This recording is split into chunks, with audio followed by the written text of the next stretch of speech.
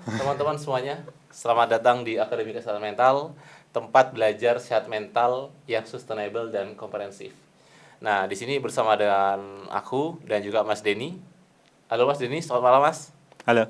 Halo, oke. Jadi kita di tag-nya adalah malam hari teman-teman. Kita nggak tahu nanti akan di-upload di YouTube siang atau sore atau malam. Oke. Nah, pada malam hari ini kita akan ngebahas soal kira-kira manusia itu secara alamiahnya itu tuh berubah atau menetap sih gitu ya, dari sudut pandang kepribadian kayak gitu. Kalau misalnya dari sudut pandang apa namanya, yang kita nilai adalah hal-hal yang terlihat itu pasti berubah gitu. Tapi dari sudut pandang kepribadian, kira-kira manusia itu berubah atau enggak? Nah, malam ini kita akan ngebahas itu lebih detail lagi sama Mas Denny. Oke Mas? Siap. Oke. Nah, ini Mas, BTW nih. Kan kita di psikologi itu ada ya Mas ya. Apa namanya? Belajar soal kepribadian, teori-teori kepribadian dan sebagainya itu banyak banget. Tokoh-tokohnya juga banyak banget kayak gitu. Nah, eh kalau menurut Mas Denny sendiri, setelah Mas Denny pelajari sejauh ini, belajar soal psikologi dan kesehatan mental dan juga kepribadian dan sebagainya itu, menurut Mas Denny manusia itu punya kecenderungan berubah atau menetap sih dalam arti kepribadiannya gitu Mas? Oke. Ini mau bahas pakai teori siapa? Bebas, bebas, bebas. Oke. Mungkin secara umum aja ya, biar teman-teman juga nanti bisa lebih mudah diterima gitu. Dan Mm-mm. kita akan mencoba menggunakan analogi-analogi biar nanti bisa teman-teman diterima dengan mudah. Karena kalau misalkan kita pakai unsur struktur kepribadian menurut Wah, ini itu nanti banyak kan banget ya. ya sulit ya untuk dipahami. Iya, satu Kita lima SKS kurang itu Mas. Oke, gini aja. Jadi kepribadian orang itu cenderung berubah atau enggak sih sering berjalan waktu. Oke, kita ngomongin kepribadian yang sederhana dulu deh. Itu kayak kepribadian itu kan dari segi kognitif, segi afektif dan konasi. Hmm. Nah, kita ngomongin dari segi kognitif deh. Yang paling sering itu kita ukur mungkin teman-teman IQ kayak gitu. Hmm. IQ, kecerdasan gitu. Ada Hmm. hubungannya sama kognitif kan. Hmm. Nah, mungkin teman-teman perlu tahu dulu IQ itu apa. Hmm. Mungkin teman-teman hanya tahu, oh IQ itu ya kecerdasan, udah gitu doang kan. Hmm. Tapi kita perlu mengetahui bahwa IQ itu yang diukur mayoritas adalah kemampuan logik matematik dan kemampuan linguistik. Mungkin ada beberapa kecerdasan yang lain, tapi yang paling difokuskan di situ. Nah, itu untuk mengukur kecerdasan untuk di usia tertentu. Maka ketika kita itu melakukan tes IQ, Hmm. itu kan nanti diukur nih, kemampuannya kemampuan dari orang ini itu ada di usia mental berapa. Oh, oke. Baru kemudian nanti dibagi dengan usia realistis saat ini. Maka ketemulah nilai IQ nanti dikali nilainya berapa dari hasil bagi itu kemudian dikali 100, itulah nilai IQ. Nah, bayangkan kalau misalkan kemampuan kita itu seiring berjalannya waktu nggak bertambah. Berarti IQ kita menurun dong. Hmm.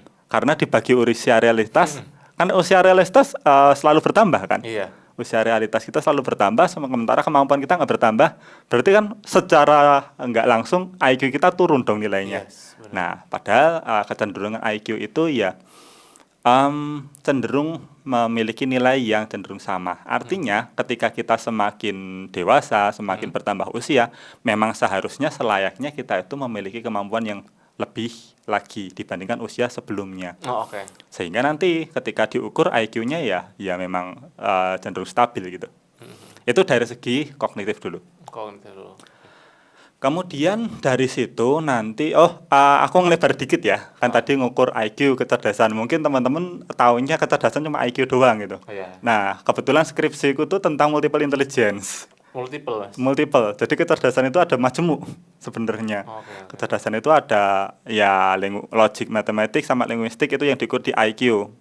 Kemudian ada kecerdasan interpersonal di mana kita kecerdasan bagaimana kita menjalin komunikasi dan relasi dengan orang lain kayak gitu. Sama intrapersonal, bagaimana kita tuh memahami dan bisa mengontrol diri kita sendiri. Nah, ini jarang dibahas yang intrapersonal. Interpersonal tuh banyak banget Banyak, dibahas. bagaimana cara public speaking, bagaimana cara memahami orang lain, bagaimana cara membangun hubungan yang baik kayak gitu dengan orang lain. Tapi yang bahas tentang intrapersonal itu masih dikit banget. Maka aku di Psikologi Untuk Kamu di platform gue itu kan lebih sering membahas tentang intrapersonal dibandingkan interpersonal. Biasanya orang-orang yang bahas intrapersonal itu bungkusnya mindfulness, bungkusnya kayak berdamai dengan diri sendiri kayak gitu. Jarang yang secara terang-terangan mengangkat intrapersonal kayak gitu. Nah, kemudian aku lanjutin, kecerdasannya selain intrapersonal ada juga kecerdasan visual spasial. Bagaimana orang itu ketika memiliki kecerdasan visual spasial itu tuh bisa menangkap gambar dan ruang itu dengan detail. Bahkan kalau misalkan orang yang dengan kecerdasan ini tinggi, itu tuh kayak punya memori foto kayak gitu loh. Ketika kita merem, tahu di situ ada gambar ini dan itu gitu. Keren kan? Kemudian ada yang kecerdasannya itu di musikali. Di musikal ya, di musik kayak gitu. Kemudian ketukan nada dan segala macamnya. Mungkin aplikasinya adalah pernah nggak sih atau tahu orang yang ketika diputar lagu tertentu tahu kuncinya tuh ini C, ini G, ini A minor gitu. Nah, itu orang-orang yang memiliki kecerdasan musikal biasanya memiliki kemampuan itu. Kemudian ada juga kemampuan body kinesthetic. Bagaimana itu tuh gimana pergerakan badan itu bisa lebih luas gitu dibandingkan orang yang kecerdasan body kinesthetiknya itu kurang. Gampangannya sih ini menjurusnya ke atlet atau orang-orang olahraga kayak gitu. Kemudian ada juga naturalistik. Itu orang yang bisa mudah untuk akrab dengan alam. Oh, itu ada juga Mas ya? Ada. Naturalistik ya? Naturalistik. Dia mudah untuk mengenali ini tuh pohon ini, kemudian itu tuh jenisnya dari turunan pohon ini, kingdom, genus dan segala macamnya. Kemudian ini hewan ini, karakteristik seperti ini. Kemudian ketika dia di alam itu akan lebih nyaman kayak gitu. Dia memiliki kecerdasan alam kayak gitu, kecerdasan alam gampangnya, naturalistik. Tadi udah berapa tuh? Oke, satu lagi adalah kecerdasan. Sorry, aku agak lupa nih. Sebenarnya ada 8, ada yang bilang 9. Yang 9 itu spiritual, kecerdasan spiritual ya, kecerdasan bagaimana kita tuh lah ya, gitu ya. Ya, spiritual. Bagaimana kita itu banyak sih yang memaknai spiritual itu religiusitas. Ya, enggak sepenuhnya salah, tapi enggak sepenuhnya benar juga karena spiritual itu religiusitas masuk ke situ, tapi spiritual itu lebih luas daripada itu, kesadaran kita itu untuk berada di dunia ini. Makna hidup kita itu apa, peran hidup kita itu apa. Nah, spiritual lebih ke situ juga. Perilaku-perilakunya itu ya. Kayak gitu. Kayak itu ya. Kemudian tadi balik lagi ke kepribadian. Nah, itu dari segi kecerdasan dulu, kognitif kayak gitu. Kemudian dari segi konasi, dari segi afektif, bagaimana kita bersikap, terus kemudian ada dorongan-dorongan di dalam diri, itu juga dipengaruhi dari bagaimana kita itu memaknai setiap kejadian di dalam hidup kita. Maka wajar banget kalau misalkan kita itu berbeda usia, berbeda karakteristik. Mungkin pernah nggak sih Mas Ali itu teman SD? Dulu tuh teman SD-nya sangat riang, sangat friendly lah kayak gitu, friendly. Tapi setelah ketemu dewasa ini, ya terlepas mungkin ada canggung karena lama nggak ketemu ya. Tapi ada juga mungkin Mas Ali melihat, sekarang nggak se-friendly dulu ya. Sekarang komunikasinya ngirit ya kayak gitu. Atau mungkin dia kayaknya udah kayak dulu lagi, gampangnya bahasa yang paling mudah seperti itu. Dan itu adalah hal yang wajar. Tapi itu kan kalau misalnya itu dinilai dari orang dari luar Mas. Tapi kalau misalnya dari diri kita sendiri, dari kita ini berubah nggak ya kita melihat diri kita sendiri kayak gitu? Oke. Pertanyaannya kayak gini jadinya aku ubah. Pernah nemuin nggak sih atau mungkin merasakan sendiri kayaknya dulu aku ekstrovert deh, sekarang kok jadi introvert ya? Itu yang paling sederhana ya. Mungkin Mas Ali pernah mengalami atau mungkin sebaliknya, dulu aku introvert sekarang udah nggak introvert lagi, sekarang udah ekstrovert kayak gitu. Sebenarnya walaupun ini kecenderungan ya bisa bergeser kayak spektrum gitu kan, nggak ada orang yang introvert banget, nggak ada orang yang ekstrovert banget kayak gitu. Benar. Nah, itu spektrum. Setiap kita tuh punya sisi introvert dan sisi ekstrovertnya masing-masing. Nah, tapi itu bisa berubah seiring berjalannya waktu dan juga tergantung konteks juga. Kita bisa di rumah itu ekstrovert, kemudian ketika keluar kita introvert, ataupun sebaliknya. Di luar tuh sama teman-teman, ya kita ekstrovert banget sama teman-teman. Tapi ketika balik ke rumah, karena situasinya dalam tanda kutip itu jadi introvert di rumah. Bisa jadi. Nah, itu. Jadi memang kepribadian ini berkembang. Dan perkembangan yang baik itu memang didasari dari keinginan untuk belajar setiap waktu.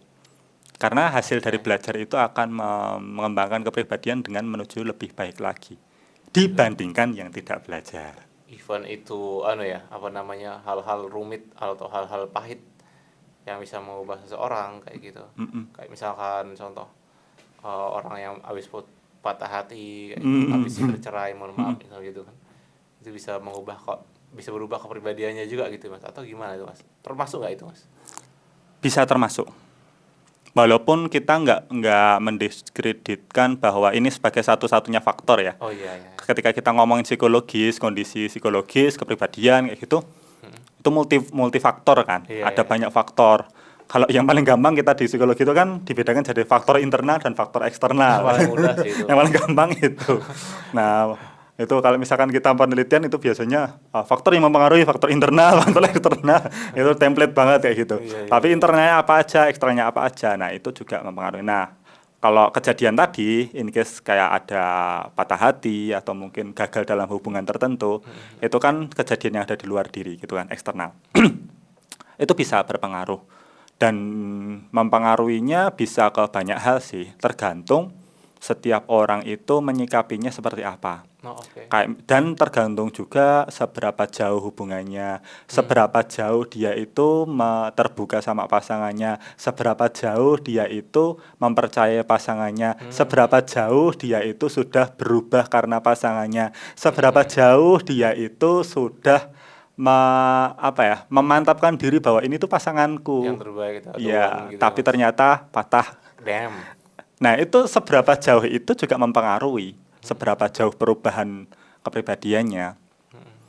Ya, walaupun aku nggak bisa bilang ini sebagai satu-satunya faktor, tapi ini faktor yang sangat berpengaruh juga. Kayak gitu.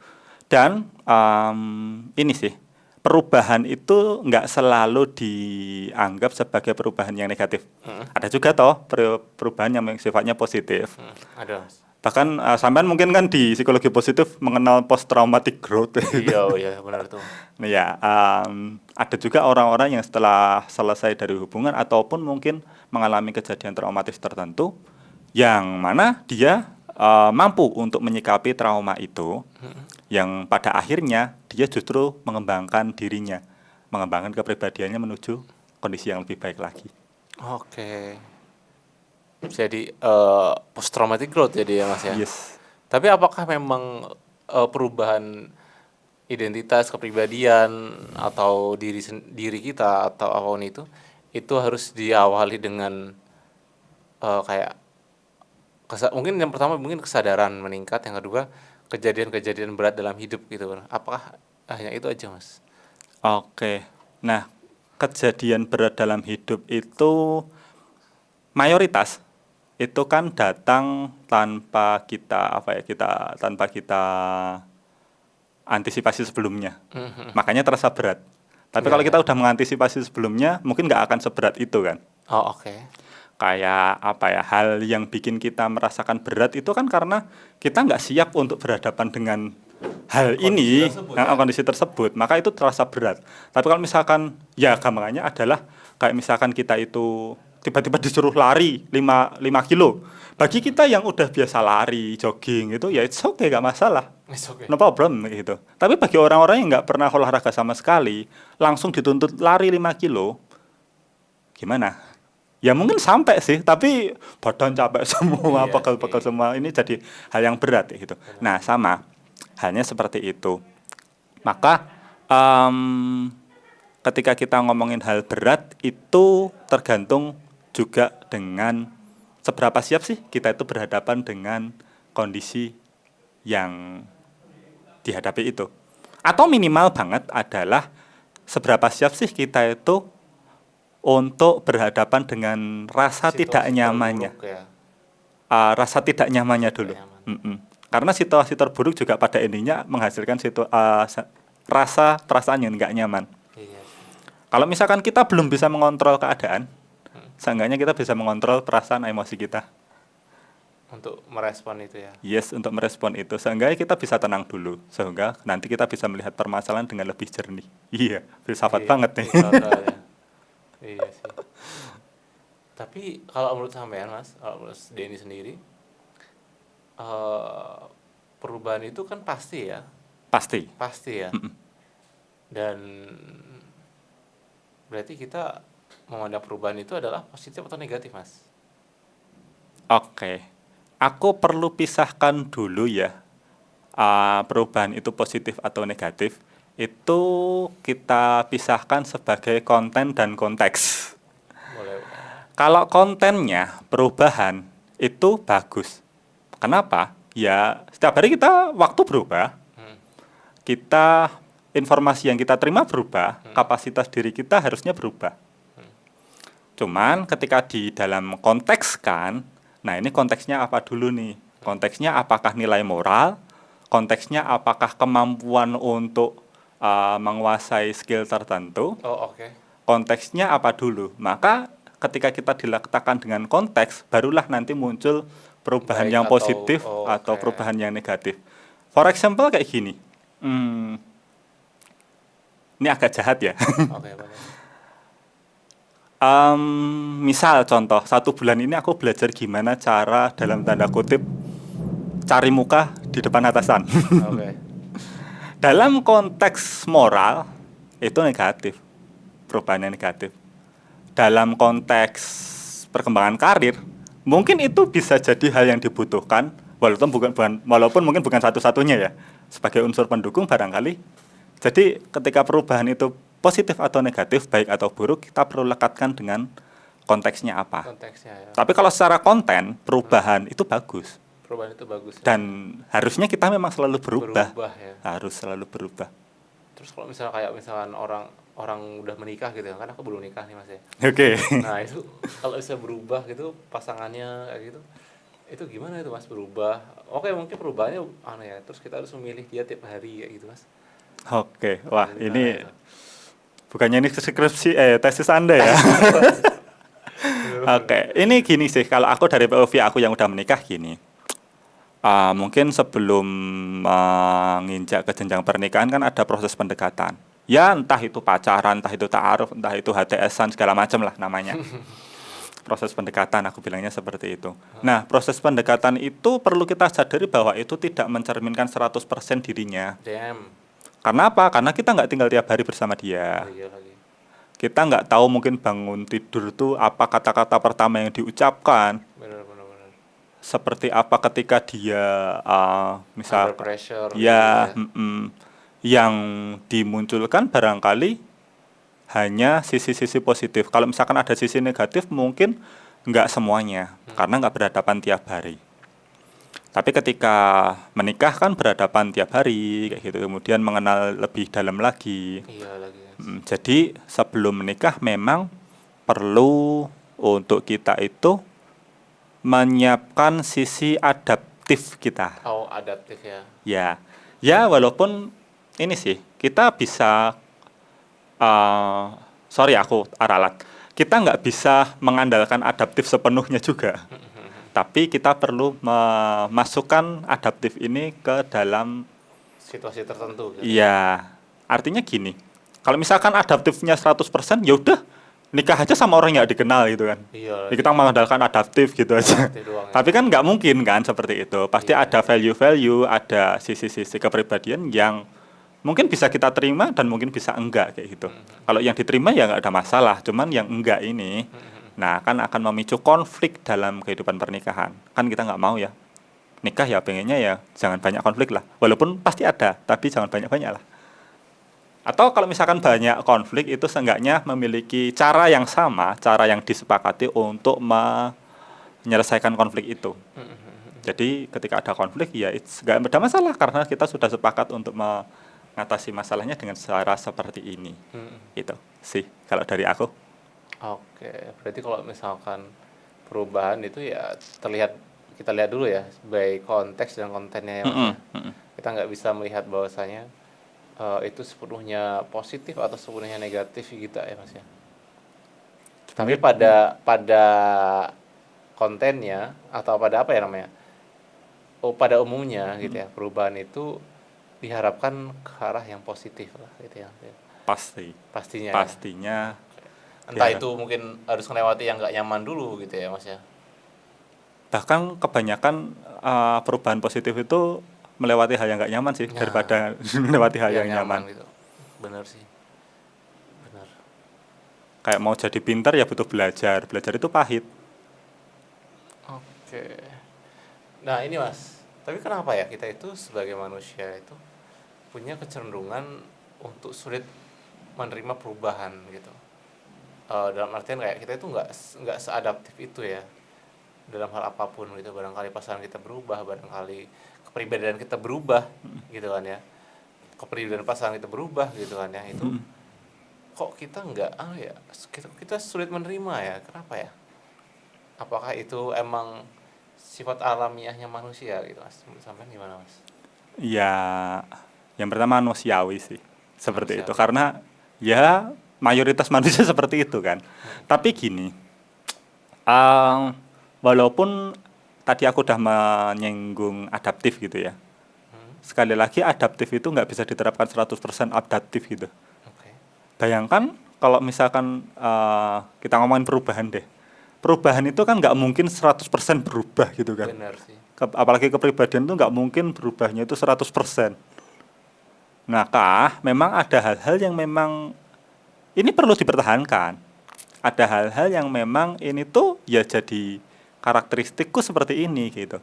Dan mungkin ketika tadi ngomongin nggak nyaman dengan perubahan, itu karena perubahan yang ada itu nggak sama dengan value yang kita percayai, dengan value yang kita anut. Em, yang agak ekstrim ya. Iya, iya, betul. Mungkin kita ngomongin agama deh. Oh, oke, oke. Kita ngomongin agama. Itu agak ekstrim sih, tapi mungkin bisa lebih dipahami teman-teman. Perubahan agama itu sesuatu hal yang menohok buat Oh, kita. asli. Nah, tapi kalau misalkan perubahan agamanya ke arah agama kita, ya kita seneng-seneng aja kan. Benar, benar. Kalau misalkan perubahannya ke arah keluar dari agama kita, kan kita rasanya gimana ya, kayak Merasa dikorbankan banyak ya gitu ya. kan, rasanya nggak nyaman kan, kita jadi cenderung menolak itu. Iya. Maka ya itu kenapa kok kita itu cenderung menolak perubahan, karena perubahannya itu melawan dari atau nggak sama dengan value yang kita Kita miliki. Kalau perubahannya selaras Selaras dengan gitu ya. value kita, aku rasa oke-oke aja kayak Oke gitu. aja ya, Mm-mm. benar sih. Benar, benar, benar, benar. Ini konteks yang ekstrim, konteks yang lebih ekstrim. Apa itu? Mungkin di dunia yang agak gelap, Hah? korupsi. Oh, oke. Katakanlah misalkan aku pelaku korupsi, sampean itu orang yang tidak suka korupsi. Misal contoh, harusnya ketika sampean itu membasmi koruptor, itu kan hal yang bagus ya. Benar, benar. Tapi aku sebagai koruptor kan nggak suka itu, Benar lagi. nggak suka itu, maka menolak perubahan itu. Maka tadi sesuaikan dengan konteksnya, perubahannya itu sesuai nggak dengan value yang kita anut. Kita anut ya. Berarti kalau misalnya sesuai ya mungkin kita terima-terima aja ya. Karena bisa jadi itu perubahannya positif kan. Karena Yes. satu value gitu kan ya. Tapi kalau misalkan value-nya beda, mau berubah sepositif apapun tetap kita ngerasa nggak bisa terima gitu ya. Mas? Ya, benar, benar. Damn. Maka itu pentingnya kita itu untuk memiliki circle atau komunitas atau teman lingkungan kita itu yang suportif, yang value-nya itu mirip-mirip lah dengan Mirip-mirip lah kita. ya. Oh, oke, oke. Kalau misalkan enggak ya kita akan capek kan berhadapan dengan Adaptasi terus gitu ya, Mas, adaptasi terus gitu, apalagi berhadapan dengan penolakan gitu kan, nggak nyaman banget. Nggak nyaman sih, benar-benar. Oke, siap Mas. Terakhir nih Mas, maksudnya kayak menurut Mas Denny sendiri, apa yang mungkin perlu Mas Denny sampaikan kepada orang yang mungkin saat ini usia 20-an awal gitu, atau mau nginjak 20-an gitu, barangkali mungkin secara kepribadian dan secara apapun itu mereka mungkin belum apa ya namanya, semantap itu secara kepribadian gitu ya, karena masih bisa berubah-ubah gitu. Best advice-nya buat mereka apa Mas? Banyak-banyakin belajar, Mm-mm. apapun belajar yang disukai maupun yang orang-orang sekitar sukai. Mm-mm. Kemudian bertemu dengan orang-orang baru, Mm-mm. dan disarankan orang baru ini yang value-nya bagus sih. Mm-mm. Supaya apa? Supaya kita bisa ngikut value-nya Mm-mm. bagus kayak gitu. Mm-mm. Kemudian yang ketiga, ini agak apa ya? Agak habit sifatnya, Mm-mm. agak habit sifatnya. Coba untuk bangun habit yang positif Oke. sehingga nanti bisa jadi dalam tanda kutip identitasnya. Sehingga orang ini jadi apa ya? Punya value yang dipegang. Mm-mm. Mm-mm. Contoh, valueku adalah orang yang selalu mau belajar. Mm-mm. Dibangun dari habit aku suka membaca. Oh, oke. Dan ketika kita sudah bukan melekatkan ya, kita Membangun membangun habit itu, kemudian kita ada value. internalisasi gitu ya. Mm-mm. Ketika orang ngomong, misalkan aku memang sukanya baca buku gitu. Orang, kamu tuh nggak suka bergaul, kamu kok cah kutul, kamu kok kuper gitu, kurang pergaulan. Ya it's okay, karena memang aku sukanya belajar Oh gitu loh. iya benar. Ya nggak ada masalah gitu. Akhirnya pada akhirnya nanti membentuk suatu apa ya, identitas yang memang identitas ini kuat. Tadi Mas Ali Kuat. bilang mantap gitu ya. Mantap ya. Jadi ketika mantap ini ketika diserang, tapi diserangnya itu tidak satu apa ya, tidak satu tujuan kayak gitu. Tujuan. Ya itu oke. Ya memang aku menerima bahwa aku itu bukan orang yang suka bergaul, aku sukanya belajar misalkan seperti itu. Tapi kalau misalkan diserang dengar dari segi eh, yang sama, dari value yang sama, itu akan meningkatkan value-nya dia. Contoh Oke. misalkan, wah kamu ngakunya baca buku tapi belum pernah baca buku Terelie, misalkan Oh seperti iya itu.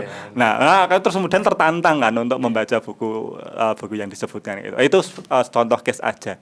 Jadi yang pertama tadi belajar. Belajar, Kemudian yang kedua adalah bergaul, interaksi dengan orang interaksi baru, dengan orang-orang yang hebat kayak gitu. Kemudian bangun habit. bangun habit. Yang mana ini nanti tiga hal ini secara nggak sadar, secara nggak langsung ketika dipraktekkan terus-menerus akan membentuk identitas kepribadian yang positif. Generasi Ibarat muda itu. beridentitas positif. Lagi Mas tahu betul. Generasi muda, Beridentitas positif. ya, generasi muda berintegritas positif ya Mas. Ya. Oke. Kayak psikologi positif banget ya Mas. Oke, itu. Oke Mas, terima kasih banyak ini Mas untuk best advice-nya. Jadi diingat teman-teman bahwasanya kita harus selalu belajar apa namanya, ketemu dengan orang baru dan orang hebat ya maksudnya ya. Terus dan ketiga adalah kita buat habit kita gitu, sehingga kita berintegritas dan juga punya apa ya namanya, kepribadian yang oke gitu ya Mas ya. Jadi kita nggak menggoyah gitu Mas ya. Oke, siap Mas Denny. Thank you Mas Denny untuk advice-nya gitu ya. Sampai ketemu di podcast selanjutnya teman-teman.